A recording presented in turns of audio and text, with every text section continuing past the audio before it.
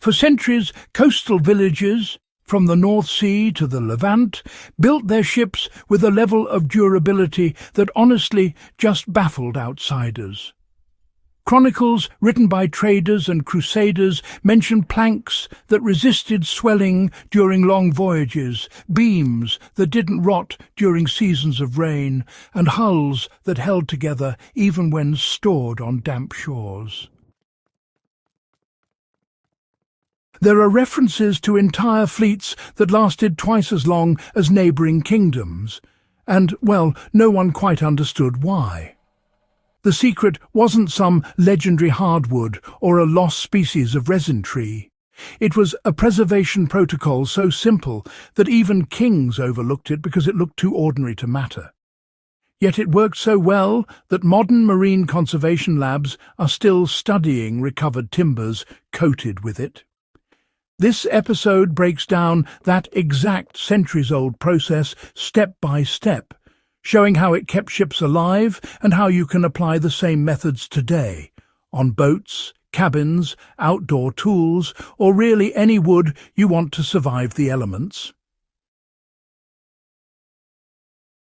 Now let's get into the heart of the technique, because the truth is far more practical than the myths that wrapped around it.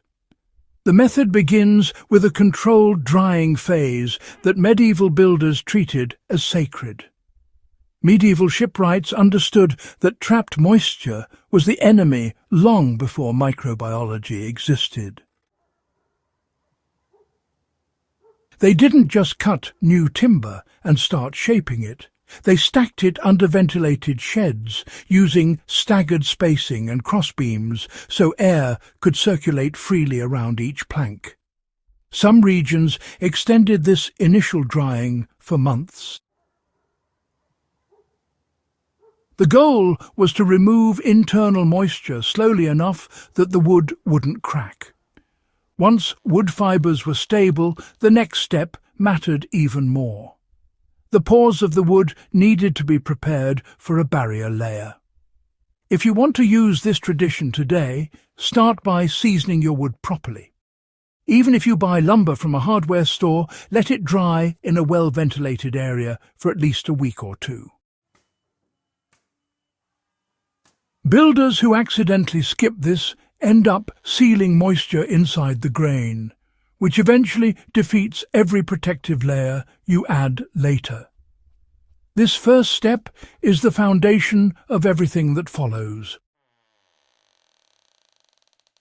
The next stage uses a heated oil infusion that penetrates deeper than modern surface coatings.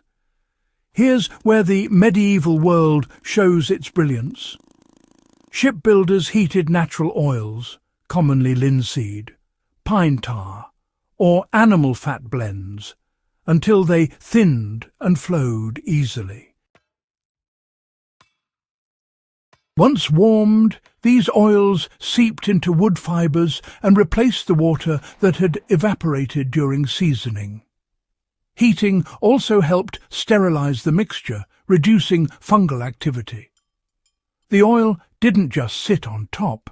It migrated into the pores and created a hydrophobic barrier locked inside the grain. You can replicate this by warming raw linseed oil in a double boiler setup until it becomes more fluid.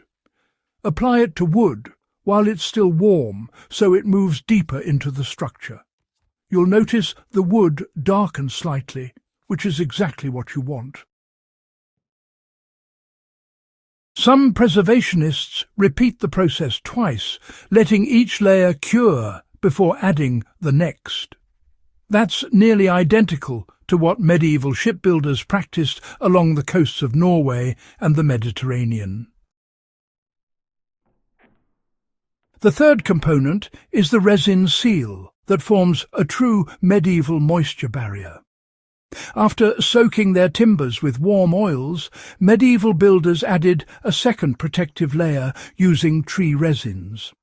Pine resin, spruce resin, mastic and pitch were boiled down into thick, sticky liquids. While still hot, These resins were brushed over the oiled wood. As they cooled, they locked into place like armour, forming a shield against water intrusion.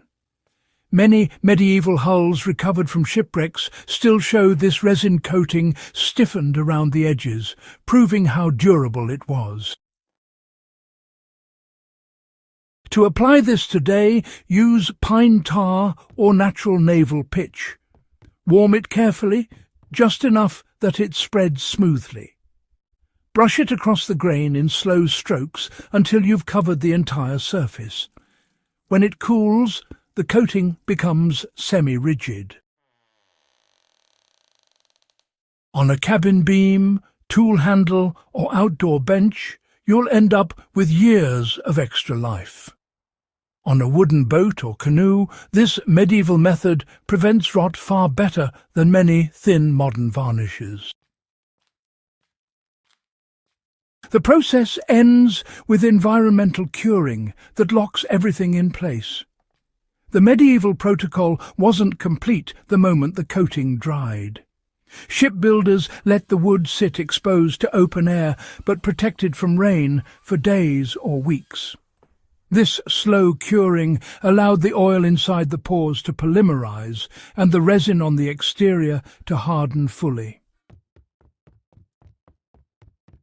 If you apply heat too quickly or store the wood in a sealed, humid environment, the coating weakens.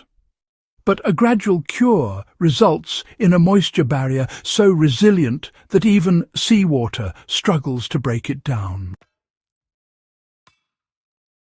So, to apply this principle today, simply place your treated wood under shade, making sure there's good airflow, and leave it there for at least a week. After curing, you'll notice it feels a lot tougher and, honestly, way more resistant to moisture.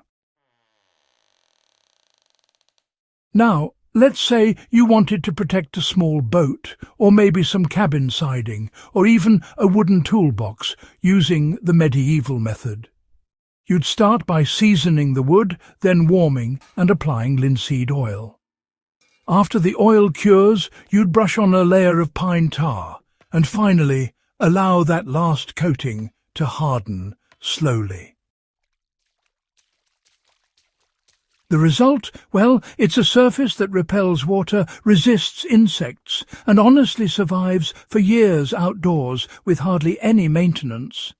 This wasn't magic. It was disciplined craftsmanship, refined through generations. If you enjoyed this deep dive into one of history's most effective preservation protocols, please subscribe to Thermal Vault and, share this video with others who appreciate the kind of knowledge that has kept civilizations alive.